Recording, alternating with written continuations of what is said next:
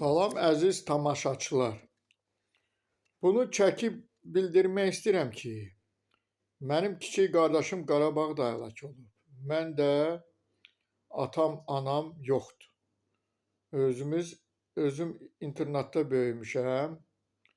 Yəni mənə arayış verilib o vaxtı 35 yaşım olanda ki. Ailə üzvlərin qardaşın rəhmətə getdiyinə görə sənə bu arayış verilir ki, şəhid ailəsi sayılırsan. Bəs mən indi o arayışla hara gedirəm, mənə deyirlər şəhid ailəsi deyirəm. Bu düzgün deyil axı. İndi mənim anam, atam statusu var da, indi onlar rəhmətə gedib. İndi istifada nə oğlu kimi gəlib mənim yanımda dayana bilmirlər. İndi kimin anası, atası sağdır, Allah onların canını sağ eləsin. Yəni gəlirlər, verişə çıxırlar, bu mənim oğlumdur, bunun vəziyyəti belədir.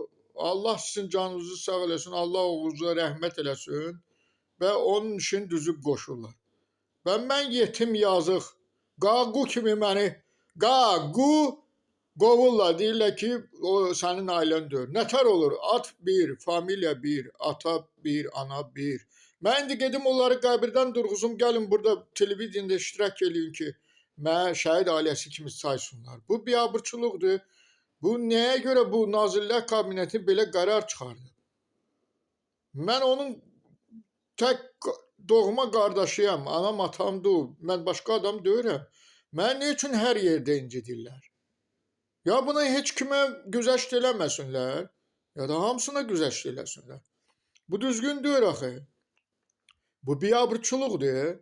Nətər olur? Anam, atam sağ olanda mən onların ailəsi sayılırdım. Rəhmətə getdilərsə o mənim atam deyir, o mənim anam deyir, o mənim qardaşım deyir.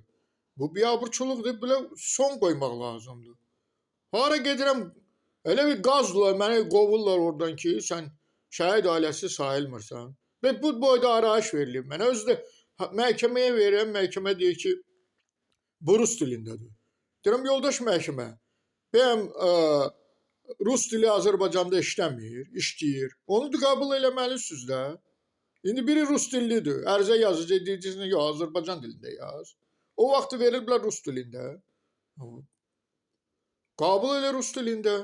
Bu biabırçılıqdır. İndi mənə məhkəmədə uşaq evindən məndən evi uşaqlarım alıb, mən o boyda mübarizə eləmişəm Rusiyada.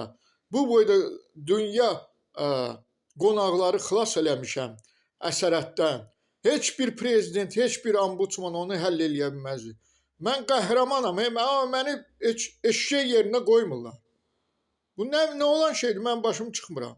Mən həyatımı təhlükəyə qoymuşam. Öyle fəhləyəm, küçəm də Fəhlə babadır.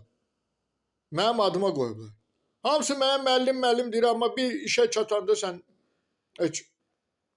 eşşək səndən yaxşıdır.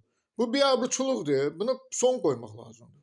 Mən xahiş edirəm əlaqədar orqanlarına, bizim prezidentdən, bir dənə qurum işləmir, icra hakimiyyəti işləmir, prezident aparatı işləmir, Milli Məclis işləmir, Nazirlər Kabineti işləmir. Biz hara müraciət eləyək? Yoldaş prezidentimiz İlham Əliyev, sizə müraciət eləyirəm.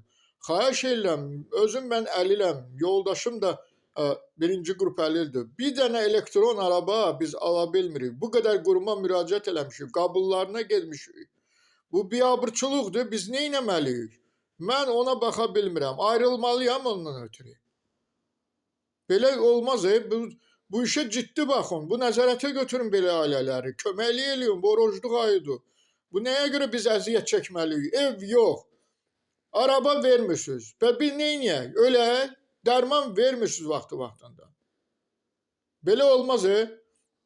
Mən xahiş edirəm, kim bu video baxacaq, bizim prezidentimizə, bizim Mehriban xanımıza çatdırsın ki, belə ailə var. Ailəyə siz tərəfdən köməkli eləmək lazımdır. Ona görə yerdə qurumlar heç bir işləmir. İcra hakimiyyəti başından atır, Nazirlər Kabinetini başından atır, Milli Məclis başından atır, prezident aparatı başından və yerlər, onlar işləməyəndən sonra yerlərdə kim işləməlidir? Mən xahiş edirəm bu işə ciddi baxın və bizə kömək, bizim ailəyə köməkli edin. Çox sağ olun.